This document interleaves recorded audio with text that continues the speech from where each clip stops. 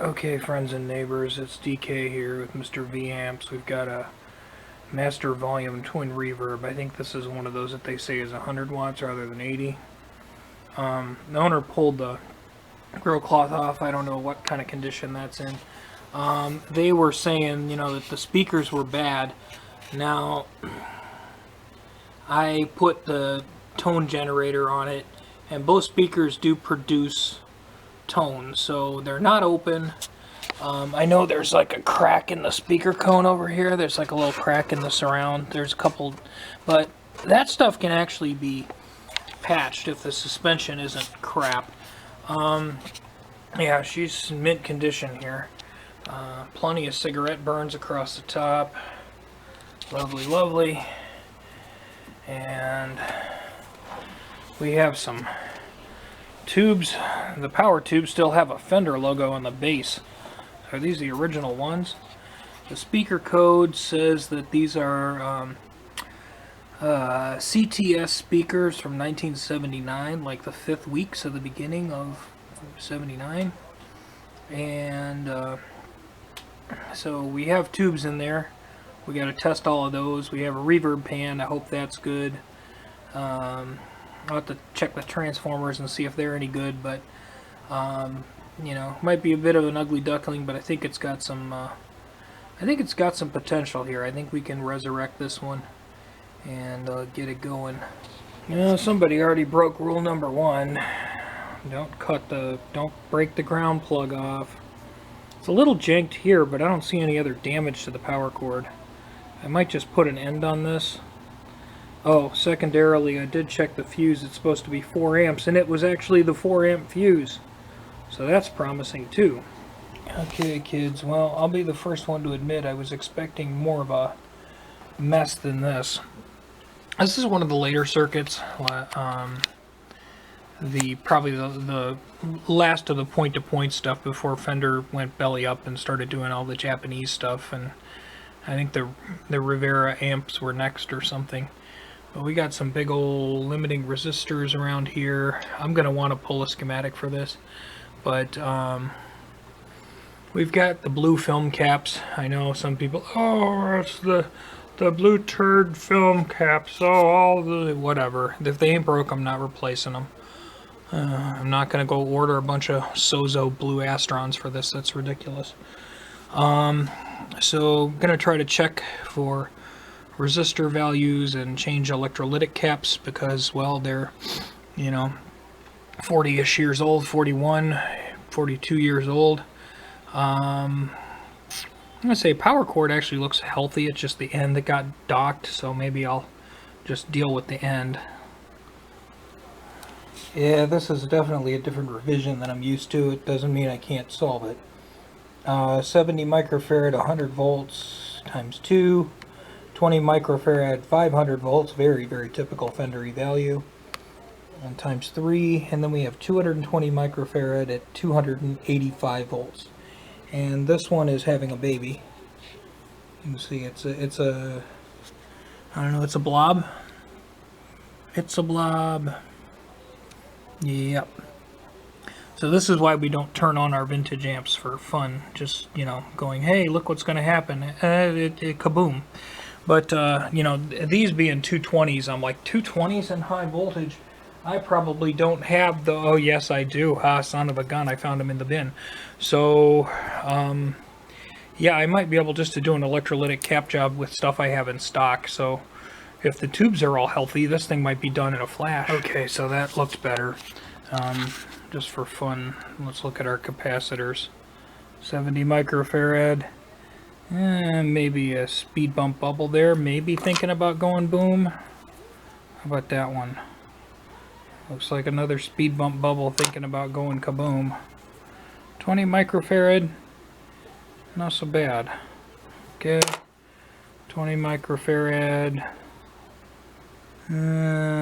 Dark spot. Maybe thinking about it. Let's see. That one. One don't look so bad.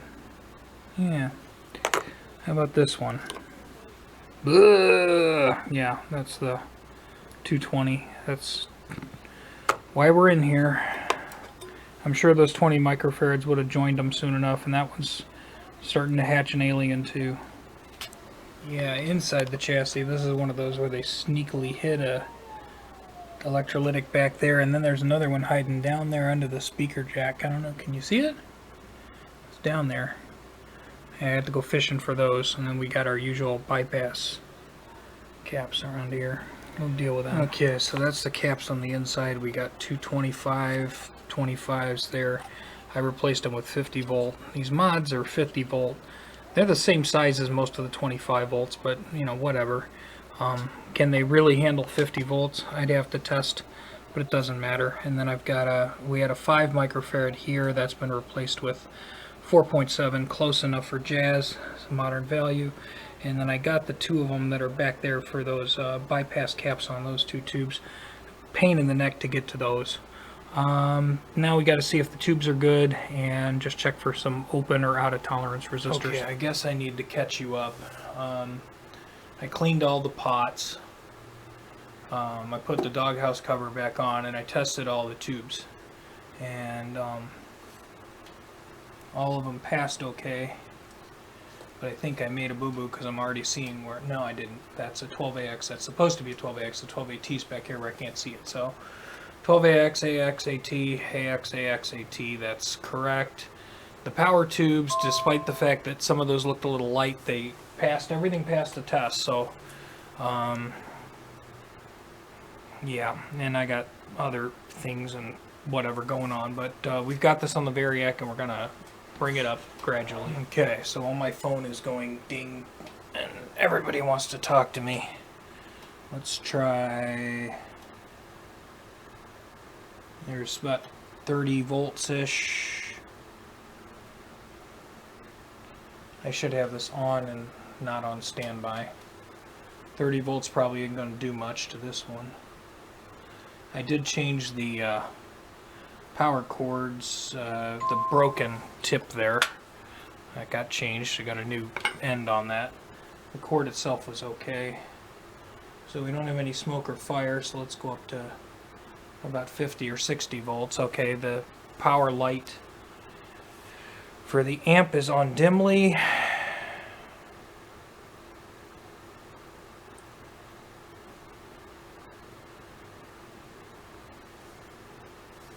don't think we're going to get any sound yet.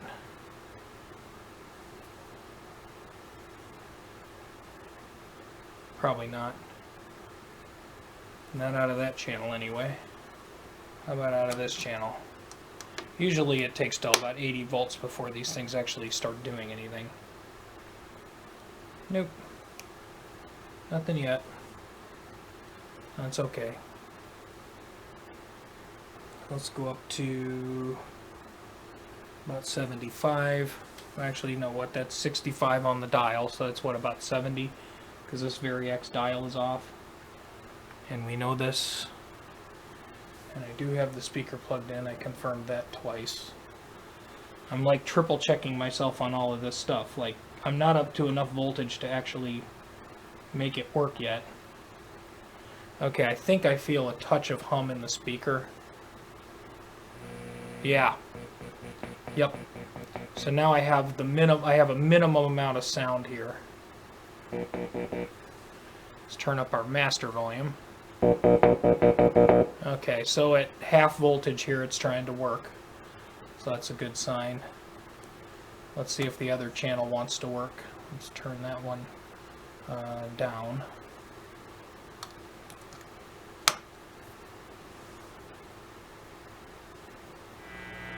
Yep. So both channels are trying to work. That's great. We do want to test the tremolo, which I can do in a little bit with a pedal, but let's bring it a little bit closer to operating voltage. Alright, we're closer to operating voltage now. This has that push-pull thing for the boosty circuit where it gets more louder. So yeah, I don't think anything's going to explode at this point, but I'd like to test the tremolo. Let me go get a RCA jack. Okay, so maybe you can hear it in the noise, but the tremolo works.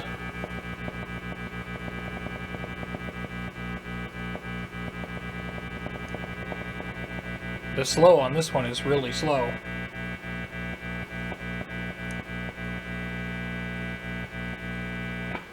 And the boosty thing works too, so that's cool.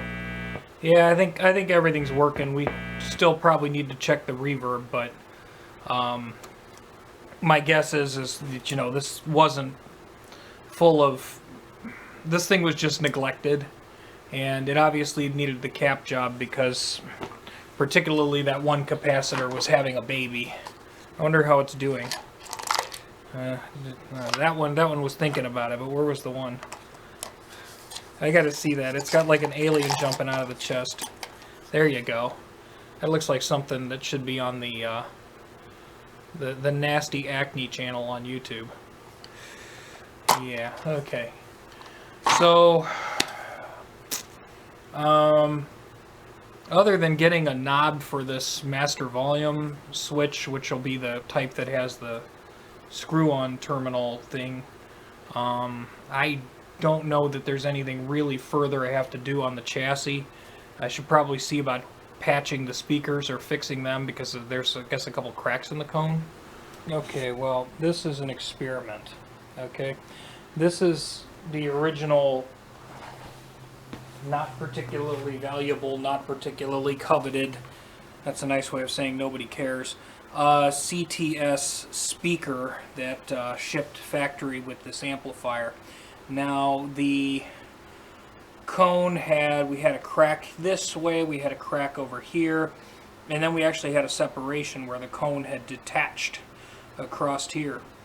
Now the white stuff is a polymer glue. It actually dries flexible. It is a type of wood glue, but it dries flexibly.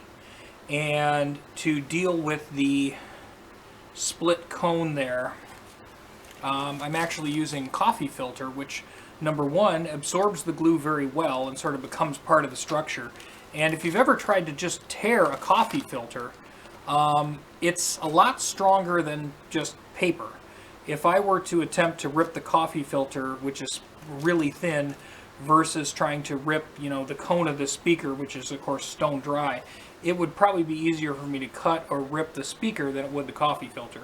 So kind of a trick a lot of the old radio guys use when they've got, you know, a 1930s or 40s little table radio that isn't going to be putting out a lot of power. Since this glue dries flexibly, and it actually will dry clear, it's not going to be white like that, it will clear up. We're going to see our patches here that we have, but it's going to be behind grill cloth, so nobody's going to care. And these speakers were essentially slated for going in the trash anyway. So if this can salvage them and get a little bit of life out of them, so much the better. I haven't tried it on a higher power speaker. I have done it on like little, you know, 2 and 3 watt radios. But we'll see how it goes. The voice coil and everything is good. It will output sound. And the coil is centered there. It's not rubbing. So it's actually plausible that this will shake out just fine. I just have to wait till tomorrow till my glue dries. Here, I'll give you a booger there. Okay, so here we are the next day. I don't feel like working today, but I'm going to anyway. The speakers, the suspension, which was getting kind of loose, it happens on these old CTS drivers where they get really bouncy. Our product there firmed them up. We've got, you know, the surrounds are better, they're going to be more durable. All the little cracks have been patched on both speakers. So now I can put them back in the amplifier. And I know some people are like, why don't you just replace the speakers? Because, you know, that's logical. But, you know, it's dollars and cents and originality and whatever. And the thing is the guys who got this amp aren't really sure if they like it or not because they bought it out of a storage locker and it didn't work. So step one is make it work. Then second is decide if you like it so you can decide to keep it or resell it, you know. You know, seems logical enough. Anyway, we'll put the speakers back in because they're going to work now. Okay, so I got it back together and everything worked except the reverb, and that's why the springs broke off here on this end, and the wires broke off to here. So yeah, time for a reverb pan. Okay, well, despite the fact that I tried, I rehooked the spring over here, but the coil is busted here. I wasn't able to resolder it. I tried, but yeah, that's so I ordered a replacement tank. This is the Belton brand. Same part number, should be a drop-in compatible. Okay, so we got that tank in there.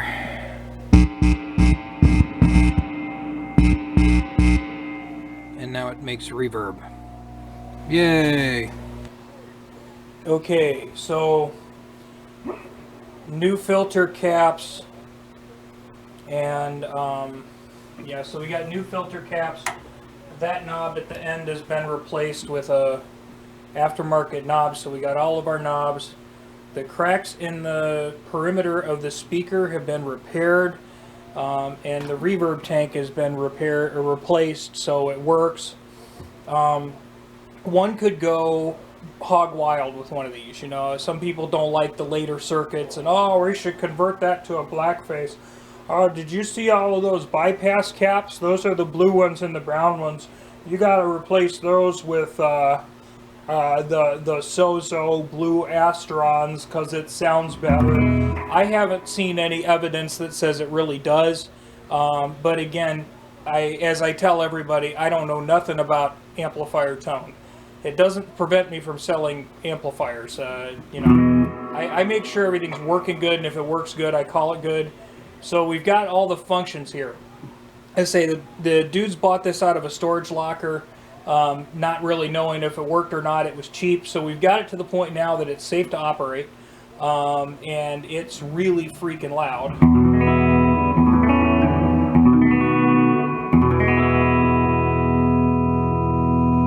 My goodness, that has a lot of reverb, or a lot of bass on it. Go to the bridge pickup there.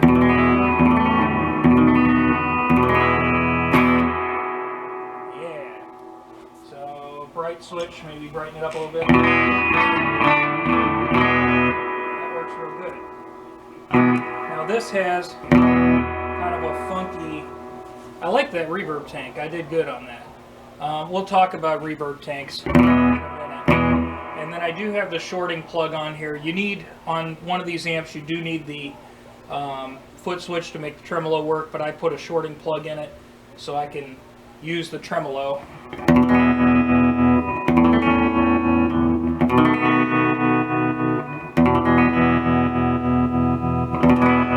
Nice and slow to really fast.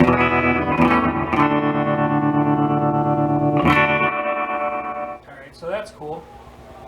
If that's the reverb, sorry. I like the reverb, I don't need the tremolo for what I'm doing. And then this has the master volume switch, which I have at about half. And if you pull it out, it actually like gives you an additional triode, like more boost, more gain. So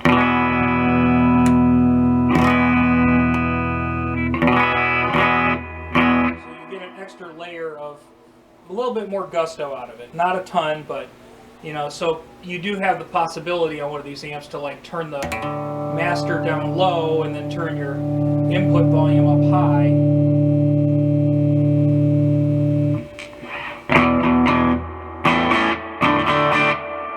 Too much reverb. Let's turn our master down, and our gain up. And then let's dime out our guitar, give our guitar some more gusto. There we go. So yeah, that's kind of a unique thing you can't do with other twins. I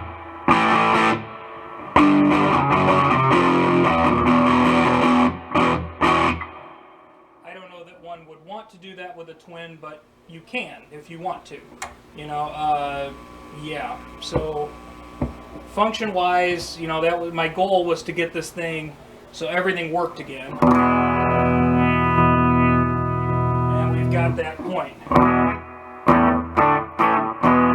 And then we can go to the normal normal channel, which doesn't have the reverb and the tremolo, just to prove that that works fine too.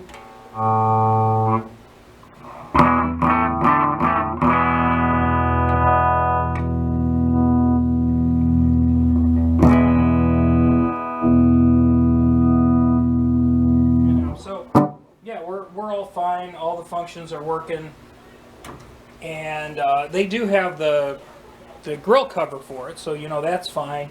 That was removed, and he had a hard time wrestling it off, and he didn't want to wrestle it back on there because he knew we'd have to remove the speakers anyway, so just for effort. So overall, what did we need to get this revived? We needed electrolytic capacitors, a knob, a reverb tank,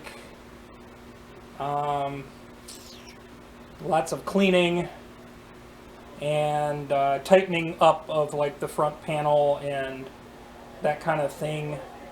The resistors were not in perfect tolerance, but considering they're all like 10 to 20% tolerance, silver band, gold band, everything was actually within the 10% range, so that's close enough for jazz.